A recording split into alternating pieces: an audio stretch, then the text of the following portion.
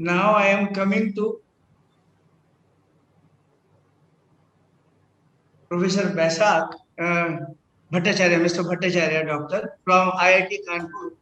He is there as a professor and taking care of the MSMEs for their empowerment, their activities funded by the government of India or autonomous body of the IIT. Dr. Bhattacharya, I welcome you. It's an honor to have you. Please tell us what exactly your campus is doing for MSMEs.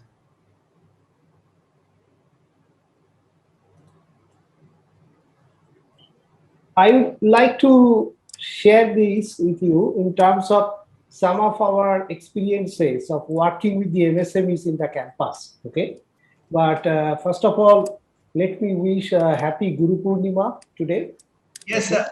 and Happy for Guru all Purnima. our gurus who have given wisdoms to us. Yes, we missed. And Sorry, sir. Yes, good.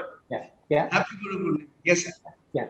Uh, now, I would like to say, first of all, that there are some broad challenges that we have noted during the pandemic period while working with the MSMEs. We have a good group of MSMEs which are actually incubated in the campus under SIIC. And these groups of MSMEs, their broad challenges I have noted down. The first challenge is in terms of the human resource management, how to mobilize manpower during the pandemic period. Okay, so naturally, people have to work from home kind of a thing, which needs guaranteed network connectivity, for example. And there are certain works which cannot be done from a work from home manner. Let's say wherever there is manufacturing and making things involved. So how to take care of such a thing during the pandemic period? The second point is, of course, the financial management. That is how to manage a healthy balance between new investment in technologies and market expansion for the same product. Let's say one MSME is focusing on a particular aspect. One of the MSME which became very famous is spin technologies. So they were working on filters and things like that, but they had to quickly mobilize themselves to make actually masks, and in fact that made a huge business for them. So how to decide that how to invest in a new technology or whether to expand the market in whatever they are doing, that was another challenge for them. The third aspect, which continuously people have felt, is that market research, whether to go with the flow or remain loyal to the core technologies. Many MSMEs had to literally close themselves because there was not enough market. In fact, that was one of the things that the experts are telling today. So that was another problem for them. Inappropriate organizational culture, that is something that really hit many of the cases. When I talked with students or talked with people who are our former students involved in the MSMEs, that there has to be some kind of an ethics that they have expected, but in certain cases there is a downfall of it, that people remained unpaid or lowly paid, or on the other hand, the funds were not properly utilized. So that remained an issue. Physical and digital infrastructure, balancing between the two, because when you are not actually occupying the office, the physical infrastructure remain unused. At the same time, you have to invest in terms of digital connectivity. So how to balance between the two? So these were some of the broad issues that were faced by our MSMEs. And I want to also share with you about my personal experience to work with two of the MSMEs. And this may give you some kind of idea that how it is in the level where it is exactly operating. Now, I will talk about that there are two products which I developed with two of the MSMEs. And the first product was related to water health monitoring. This was funded by Department of Science and Technology and Indo-US Science and Technology Forum. It was a jointly funded project for developing a system which can continuously monitor the health of river water, water reservoirs, and things like that. Now, some of the observations, because the project is over, is that the first important observation is that most of the innovations actually took place at the institute laboratory along with the MSMEs. Although this was an internationally collaborative project, but the US counterpart, where it was funded, either the product got delayed or it is so expensive that it is not possible to mass manufacture it in India. So all the innovations are to be done by us along with the MSMEs in order to make it. So this kind of shed some light on that what is the ultimate utilization of international collaboration if everything we develop on our own given a situation. That was one observation. Second is that our product got ready for deployment, but the security became a concern, which was nowhere there when we started developing the products. Because once you deploy a system, there has to be certain amount of a social security that has to be given, particularly for such sophisticated products. So that was something that was not envisaged. The third is that the product was developed in time, the patent was received in time, so everything is protected. The question is that now who is going to buy the product? Will the government, buy the product and install the product, or will there be private players who will be available, who will be able to install the product, or the MSME, which is working with us, will have to shift them to a service industry so that they can install the product and offer it as a service.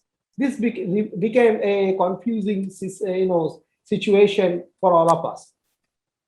And whenever this type of products are getting developed, these are not only developed for a country, these are actually international products.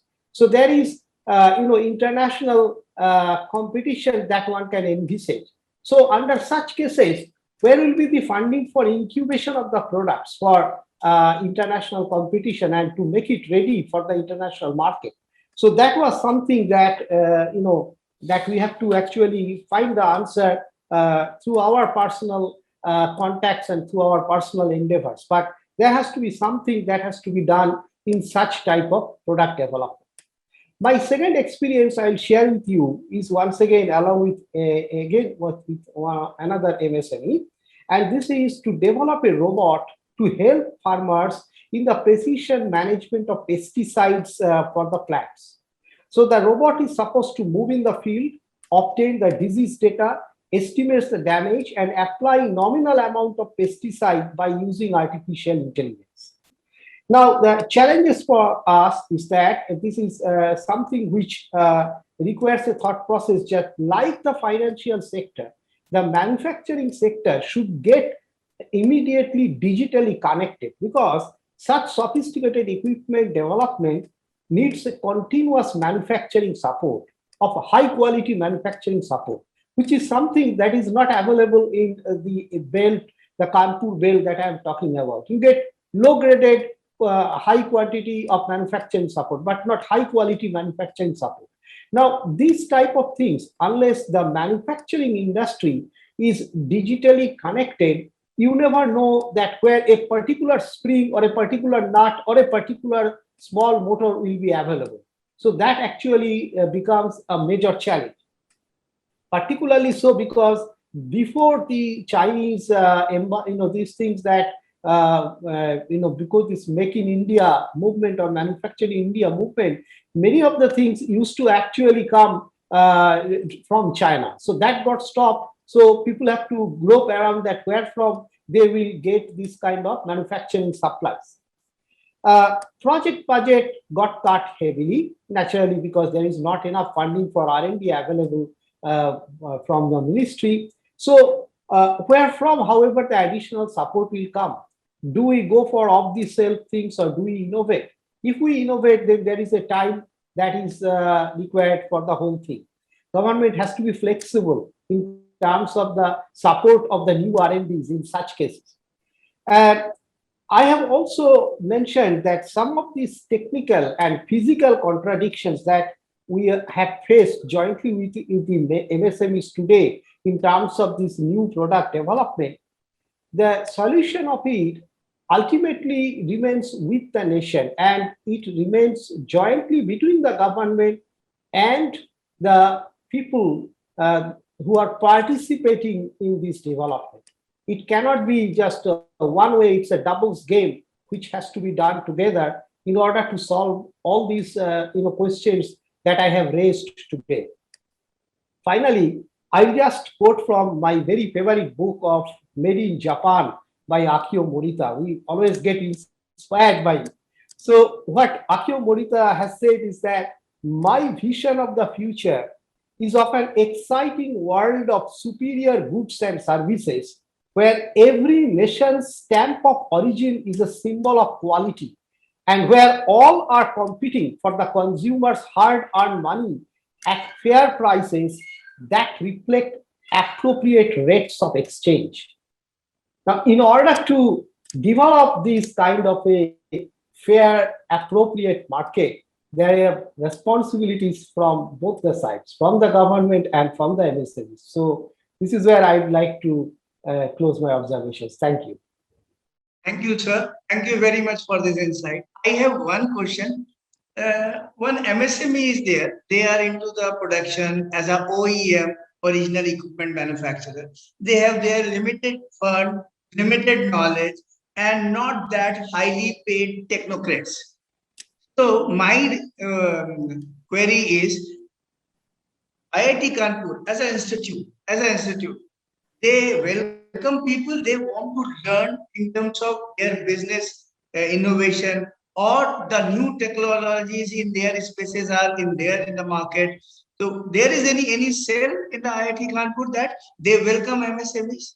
Yes, very much. As I told you that we have a SIIC center and where we actually encourage people to come up with their problems, and then the professors or the faculty members. IIT Kanpur has a fantastic ecosystem for this because we are allowed to actually work with the MSMEs, and the profit that has been obtained through this work goes to the institute partly, so that the institute can once again fund back our research. So this is very much, and in fact, to be frank with you, that many of the MSMEs, whenever during this pandemic period, they have faced the challenge that where is the manpower or how to develop, they have this fallback option of coming to the laboratory and the resident students, and they actually work with them and they develop things in the laboratory and help to run the show. So that is something that IIT Kanpur has a very good ecosystem in the these things of SIIC, small scale industrial developments. And I think all the academic institutes, all IITs, I know they are developing in this direction, but all academic institutes should actually grow in this manner because that actually helps our students also to develop entrepreneurship. Instead of searching for jobs, they become job providers. Thank you very much, sir. We are honored to have you. Thank you, sir. Now let